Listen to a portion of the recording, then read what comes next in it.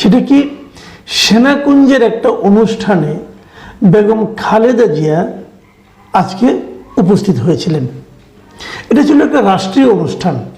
সশস্ত্র বাহিনী দিবস উপলক্ষে প্রতি বছরেরই 21শে নভেম্বর সশস্ত্র বাহিনী দিবস পালিত হয় এবং সেই দিবসে বিভিন্ন রাষ্ট্র যারা নাকি পলিটিক্যাল পার্টি লিডাররা আছেন তাদেরকে দাওয়াত করা হয়।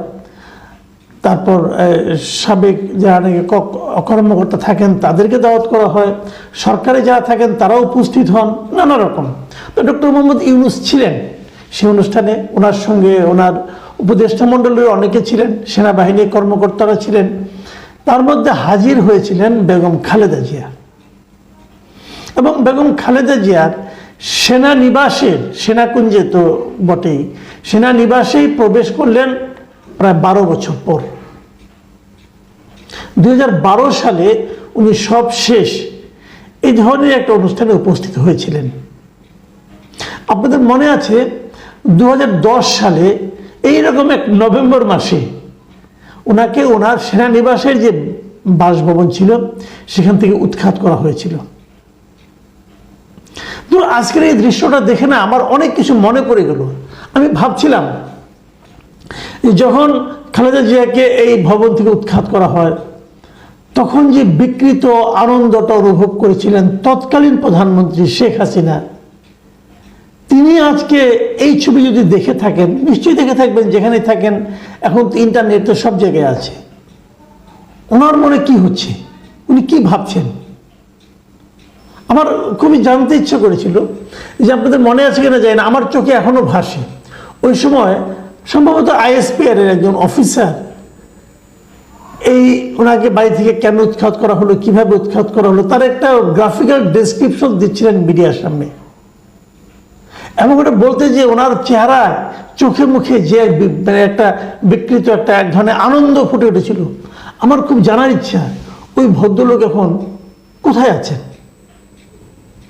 আমি যখন এটাও দেখেছিলাম, টেলিভিশনে দেখেছিলাম যে আমাদের সাংবাদিকদেরই কেউ কেউ খালেদা জিয়ার বাসভবনে তার যে বেডরুমে ঢুকে ওনার ড্রয়ার খুলে ওখানে কি কি ম্যাগাজিন আছে না কি আছে, আরও কি কি জিনিসপত্র আছে বলে উনি দেখাচ্ছিলেন। ওগুলো আসলেই ছিল নাকি ওনারা পরে ইমপ্ল্যান করেছেন আমি জানি না। সেগুলো দেখিয়ে এমনভাবে বর্ণনা করছিলেন, বর্ণনার মাধ্যমে মানে খালেদা জিয়ার আমি মনে করি এক ধরনের চরিত্র হননের চেষ্টায় তারা করছিলেন। আমার খুব জানার ইচ্ছা ওনারাই বা এই দৃশ্য দেখে আজকে কি ভাবছেন। এটাই হলো দুনিয়ার নিয়ম। আপনি যাকে আজকে একদম তুচ্ছ করলেন, একদম শেষ হয়েছে, শেষ হয়ে গেছে মনে করে ফেলে দিয়েছেন, এই দুনিয়াতে এমনও দেখা যায় সেই একসময় ব্যাক করবে। কাজে কাউকে এরকম অপমান করার চেষ্টা করার আগে একবার আপনার ভাবা উচিত যে এই দিনটাই দিন না, আরো দিন আছে। আমাদের বাংলা ভাষায় একটা প্রবাদই আছে, এই দিন দিন না আরো দিন আছে। কি লাভ মানুষকে অপমান করার মাধ্যমে, আপনি কি লাভ অর্জন করেন। এখন যে খালেদা জিয়াকে ওখানে নিয়ে যাওয়া হয়েছে, উনি কি এখন ক্ষমতায় অধিষ্ঠিত হয়েছেন না হননি। ওনার দলকে আগামীতে আপনি নিশ্চিত যে ক্ষমতায় যাবে সেটাও না। ক্ষমতায় আছেন কে? ডক্টর মোহাম্মদ ইউনূস। ওনার অন্তর্বর্তীকালীন সরকার ক্ষমতায় আছেন। খালেদা জিয়াকে ওখানে নিতে পারে মানে উনি যাওয়ার পরে ডক্টর ইউনূস এর সম্পর্কে একটা মন্তব্য করেছেন। মন্তব্যটা শুনুন। তিনি বলেছেন যে খালেদা জিয়াকে সেনাকুঞ্জে আনতে পেরে আমরা গর্বিত। মানে ডক্টর ইউনূস গর্ব অনুভব করছেন যে উনি খালেদা জিয়াকে সেনাকুঞ্জের এই অনুষ্ঠানে আনতে পেরেছেন। এর নাম বিনয়, এর নাম সৌজন্যতা বোধ। আমরা এগুলো আগে দেখিনি। কেবল ডক্টর ইউনূসই না, এই যে ওনার যারা উপদেষ্টা মণ্ডলীতে আছেন 3 জন ছাত্র নেতা, একেবারেই জুনিয়র, বয়সের দিক থেকেও তাদের অনেক খুব বেশি একটা বয়স না, হয়তো এত কম বয়সে অনেকে মন্ত্রী হন না আমাদের দেশে, কিন্তু ওনারা হয়েছেন। দেখুন ওনাদের মনোভাবটা কি।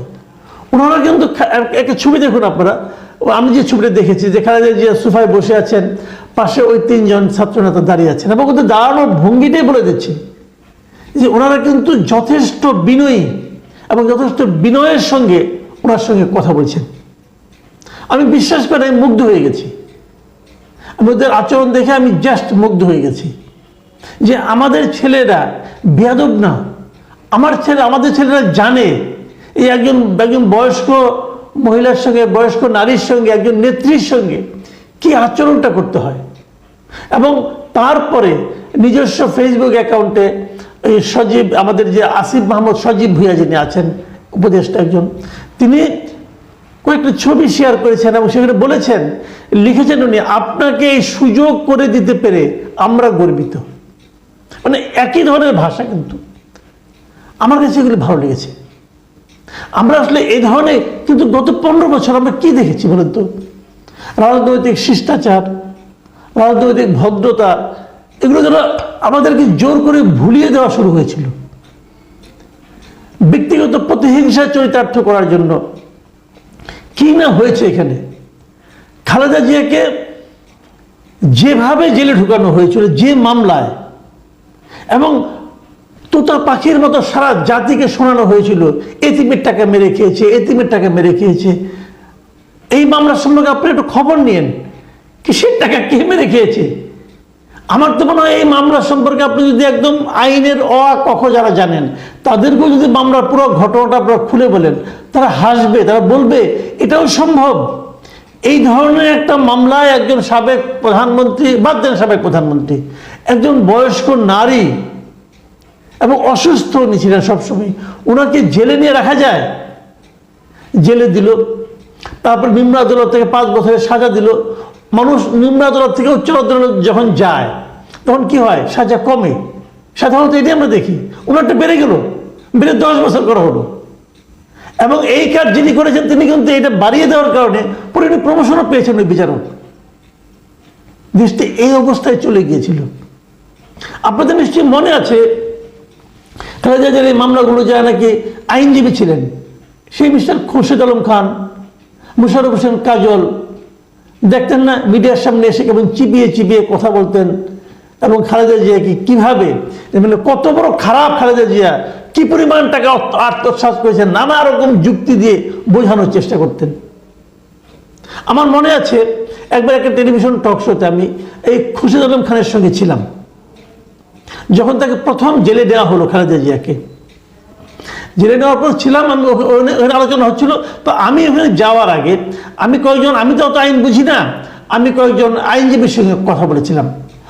আমি বলেছিলাম যে এই ধরনের মামলায় একজন লোককে যদি নেওয়া হয় তাহলে এটা কি জামিন হবে? জামিন হওয়ার কথা। তো উনি বলছিলেন যে এটাই একদম জামিনযোগ্য মামলা, এই মামলায় জামিন না হওয়াটাই হলো একটা বিস্ময়ের ব্যাপার। উনি 2 দিনের মধ্যে জামিন পেয়ে যাওয়ানো উচিত। একজন খুব প্রবীণ আইনজীবী আমাকে এই কথাটা বলেছিলেন, কিন্তু আমি ওনার সঙ্গে আলাপ করে এই তথ্যটা জেনেছিলাম। তো যখন ওই টকশোতে আমি যাই, যখন উনি ওখানে ছিলেন খুরশিদ আলম খান, তখন আমি বলার চেষ্টা করেছিলাম যে আমি তো যতটুকু বুঝি এবং যতটুকু শুনেছি যে এই ধরনের মামলা নাকি খুব সহজেই জামিন হয়ে যায়। ভদ্রলোক আমার সঙ্গে খেপে গেলেন, উত্তেজিত হয়ে গেলেন। আপনি বেশি বুঝেন, আপনি কীভাবে বুঝেন জামিন হবে? এটা জামিনযোগ্য মামলা হলেও এটা জামিন হবে না, কারণ এটসেট্রা নানা কাহিনী। তারপর কি হলো? সেই মামলায় তোমাকে দণ্ডই মওকুফ করে দিয়েছে এই শেখ হাসিনারই প্রেসিডেন্ট। সেখানে প্রেসিডেন্টকে এই দণ্ড মওকুফের জন্য তাকে কি গান পয়েন্টে রাখা হয়েছিল নাকি? সে নিজে থেকেই বুঝতে পেরেছে, উনি নিজেও এক সময় যাচ্ছিলেন, নিজেই হয়তো বুঝতে পেরেছেন যে এটা জাতির জন্য একটা কলঙ্ক। তো এই যে বিষয়গুলো আমরা দেখছি, অথচ দেখুন ডক্টর ইউনূসের সঙ্গে যে বিএনপির সম্পর্ক খুব ভালো তা কিন্তু বলা যাবে না। মানে ডক্টর ইউনূসের সঙ্গে বিএনপির পলিটিক্যাল দৃষ্টিভঙ্গি থেকে কিন্তু অনেক ধরনের বিরোধ আছে। আজকে আমি শুনলাম যে আপনার এই কি বলে মির্জা ফখরুল ইসলাম আলমগীর বলতেছেন যে ডক্টর ইউনূস যখন জাতীয় ভাষণ দিলেন, এই ভাষণ দিয়ে তারা হতাশ হয়েছেন, কারণ তারা এখানে নির্বাচনে কোনো রোড ম্যাপ পাননি। তাহলে এটা কি? এটা ডক্টর ইউনূসের সঙ্গে তিনি বিরোধিতা করলেন। বাংলাদেশের আর কোনো পলিটিক্যাল পার্টি কিন্তু ডক্টর ইউনূসের সঙ্গে বিরোধিতা করছে না, একমাত্র বিএনপি করছে। এবং তারেক রহমান ওই দিনও বলেছেন যে উনি নানা ধরনের ষড়যন্ত্রের গন্ধ পাচ্ছেন। এগুলি কি ডক্টর ইউনূসের পক্ষে যায়? পক্ষে যায় না। কিন্তু ডক্টর ইউনূস কি বলছেন? ওনার সেই কথাটা যেটা আমার কাছে খুবই অসাধারণ মনে হয়েছে, সেই কথাটা আপনারা ভাবুন। উনি কিন্তু এই কথাগুলিতে আনন্দিত হন নাই, কিন্তু আনন্দিত না হলেও ওনার মধ্যে এই সৌজন্যতা বোধটা আছে যে ওনার কথা আমাকে অ্যাটাক করে হচ্ছে, আমার আচরণে ওনারা ক্ষুব্ধ হচ্ছেন, কিন্তু ওইটা রাজনীতি, ওটা চলবে, কিন্তু আমরা অসৌজন্যতা প্রদর্শন করব না পরস্পরের প্রতি। আমরা একটা ফ্যামিলি। আমি ডক্টর ইউনূসের এই কথাটা বলে শেষ করছি। উনি কিন্তু আজকেও বলেছেন, ওই মানে সেনাকুঞ্জের অনুষ্ঠানে যখন বক্তৃতা দেন তখন উনি একটা কথা বলেছেন, আমি বক্তৃতায় কোট করি আপনাদেরকে, যে এই নতুন দেশে আমাদের দায়িত্ব সকল মানুষকে একটি বৃহত্তর পরিবারের বন্ধনে আবদ্ধ করা। পরিবারে মতভেদ থাকবে, বাদ বিতণ্ডা হবে, কিন্তু আমরা কেউ কারো শত্রু হব না, কাউকে তার মতের জন্য শত্রু মনে করব না। এটা হলো মূল কথা। ফ্যামিলির মধ্যে মতবিরোধ হয় না, ভাই ভাইয়ে মতবিরোধ হয় না, হয় বাবা মার সঙ্গে মতবিরোধ হয়, কিন্তু উনি এটাই বলছেন আমরা একটা পরিবারের মতো থাকবো, আমরা কেউ কারোর সঙ্গে শত্রু হয়ে যাব না এই মতের কারণে। আমরা বাকবিতণ্ডা করব, মতবিরোধ থাকবে, তর্ক করব, বিতর্ক করব, কোনো সমস্যা নাই, কিন্তু পরস্পরের শত্রু হয়ে যাব না। এই জিনিসটাই কিন্তু আরো একবার প্রমাণ হলো। আমি ডক্টর ইউনূসকে ধন্যবাদ জানাতে চাই ওনার এই আচরণের কারণে, এই কথার কারণে। সেই সঙ্গে ওনার মতো করে, যেমন উনি খালেদা জিয়া নিয়ে বলেছেন যে উনি ওনার সুস্বাস্থ্য কামনা করেন, আমিও বেগম খালেদা জিয়ার সুস্বাস্থ্য কামনা করি। আমি চাই উনিও যেন দেখে যান যে আমরা একটা পরিবারে রূপান্তরিত হতে পেরেছি।